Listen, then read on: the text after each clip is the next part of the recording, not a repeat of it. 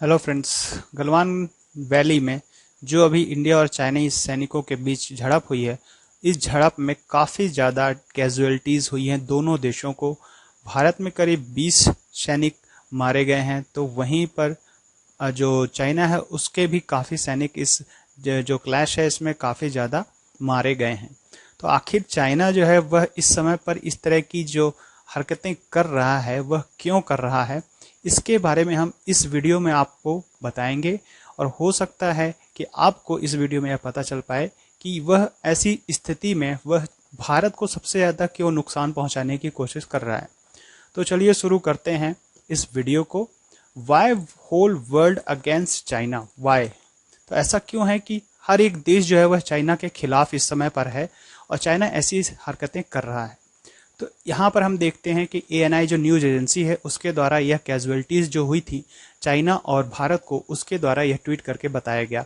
पहले तो ऐसा बताया गया था कि भारत में करीब 3 कैजुअलिटीज़ हुई हैं और चाइनीज़ जो सोल्जर्स उनको भी काफ़ी कैजुअलिटीज़ हुई हैं, लेकिन एग्जैक्ट नहीं बताया गया था। लेकिन उसके बाद ये जो एएनआई न्यूज़ एजेंसी है उसके द्वारा एक ट्वीट किया गया जिसमें बताया गया कि भारत में करीब 20 सैनिक जो हैं, सोल्जर्स हैं, उनको उनकी कैजुअलिटीज़ हुई हैं। और साथ ही चाइनीज़ हैं, जो चाइनीज़ के करीब 43 casualties including dead and seriously injured हैं।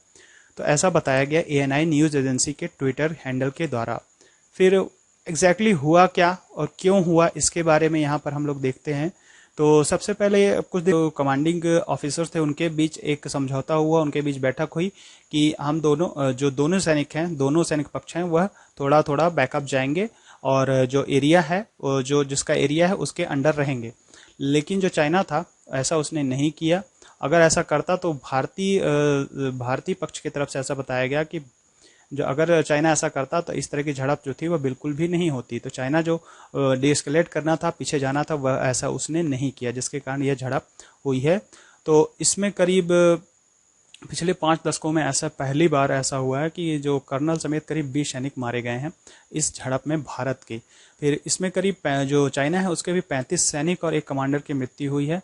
ऐसा यह डेटा जो है अमेरिकन खुफिया एजेंसी जो है उसके द्वारा बताया गया है।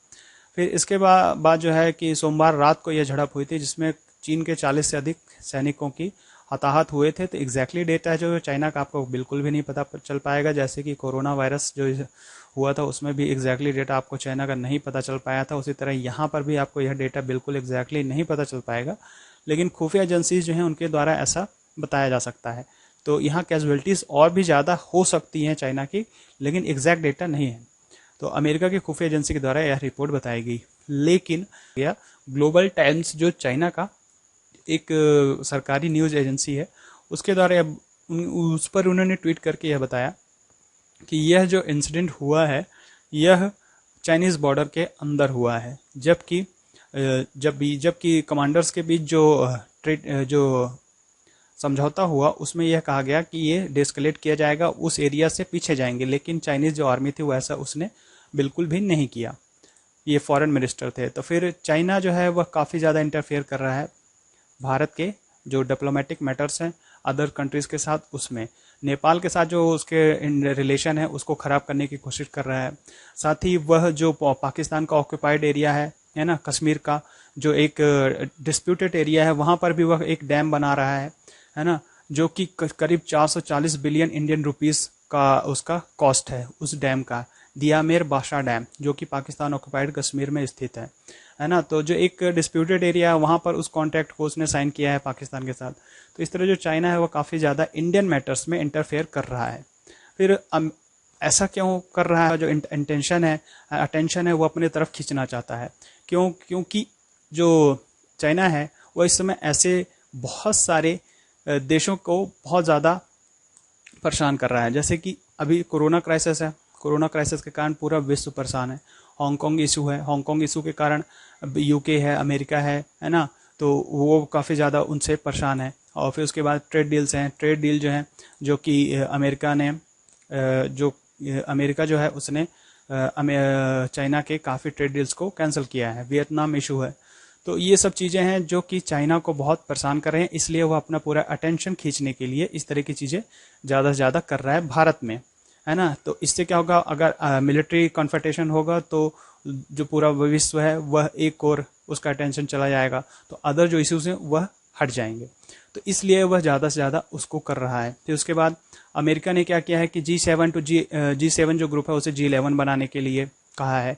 आईपैक एक आठ देशों के एक अलग ग्रुप है जिसमें चाइना को इंक्लूड नहीं किया जा रहा है। फिर उसके बाद जो हु से एग्जिट कर दिया है अमेरिका ने WHO से एग्जिट कर दिया है, उसकी फंडिंग भी क्लोज कर दी है। क्योंकि जो चाइना था वह चाइना की तरफ ज़्यादा झुका हुआ था, चाइना को सपोर्ट कर रहा था, है ना। और जो एग्जैक्टली डेटा है कोरोना वायरस का, है ना, उन सभी चीज़ों को किसी भी तरह की सही जानकारी नहीं दे रहा था। तो इसलिए अमेरिका ने उसके ऊपर काफ़ी ज़्यादा, अमेरिका ने हु से ही एग्जिट कर दिया। फिर उसके बाद ऑस्ट्रेलिया जो है वह भी चाइना के खिलाफ है ना। तो भारत और ऑस्ट्रेलिया ने क्या किया है, अभी एक समझौता किया है, MOU साइन किया है, जिसमें कि दोनों अपने जो नेवल बेसिस हैं अपने अपने देश के और पोर्ट का इस्तेमाल कर सकते हैं उनके जो सैनिक हैं। फिर उसके बाद ऑस्ट्रेलिया ने भी चाइना के ऊपर काफ़ी ज़्यादा आरोप लगाए हैं कि वह जो कई जानकारियां जो थी कोरोना वायरस से संबंधित और कई चीज़ें जो हैं वह उसको छुपा रहा है, छुपाने की कोशिश हमेशा करता है। और साथ ही इंडो पैसिफिक रीजन में कल बेसिस जो उनकी पावर है उसको काफ़ी ज़्यादा बढ़ाने की कोशिश भी कर रहा है। तो यह एक रीज़न है जो कि ऑस्ट्रेलिया जो है वह चाइना के खिलाफ है। फिर उसके बाद कनाडा अगेंस्ट चाइना, कनाडा भी चाइना के अगेंस्ट ही है, क्योंकि चाइना ऐसा कह रहा है कि जो यह कोरोना वायरस था वह उनके पेस्ट जो थे उनके द्वारा भेजा गया था वहाँ पर चाइना में। कनाडा भी इसको गलत ठहरा रहा है। फिर उसके बाद ब्रिटेन अगेंस्ट चाइना क्यों है, क्योंकि जो हांगकांग है उसकी ऑटोनॉमी जो है उसको उसने ख़त्म कर दिया चाइना ने। तो ब्रिटेन जो है वह भी उसके काफ़ी खिलाफ है। ये ताइवान का एक इशू है ना, जिसके कारण ये UN में काफ़ी ज़्यादा जो चाइना है उसको अलग अलग देशों के आरोपों को झेलना पड़ता है। तो जो चाइना वह ताइवान के साथ कर रहा है उसके कारण, तो यहाँ पे अलग अलग आर्टिकल हैं तो देख पा रहे हैं, है ना, जो चाइनीज़ के एयरफोर्स हैं वह एडवांस कर रहे हैं उनके टेरिटरीज़ में, है ना। तो इस तरह की चीज़ें वह कर रहा है जिसके कारण UN में उसको काफ़ी ज़्यादा प्रतिबंध झेलने पड़ सकते हैं आगे चल करके। वियतनाम अगेंस्ट चाइना क्यों है ना। तो ये सब जो मैटर है वह UN में जाकर के काफ़ी ज़्यादा चाइना के खिलाफ हो सकते हैं, उन पर काफ़ी ज़्यादा प्रतिबंध लगाए जा सकते हैं। इस कारण से चाइना जो है पूरे विश्व का जो ध्यान है दूसरी तरफ खींचना चाहता है, इस कारण से ये सब चीज़ें वह कर रहा है। तो यहाँ पर आप देख पा रहे हैं कि Vietnam fisher society condemns China attack on board.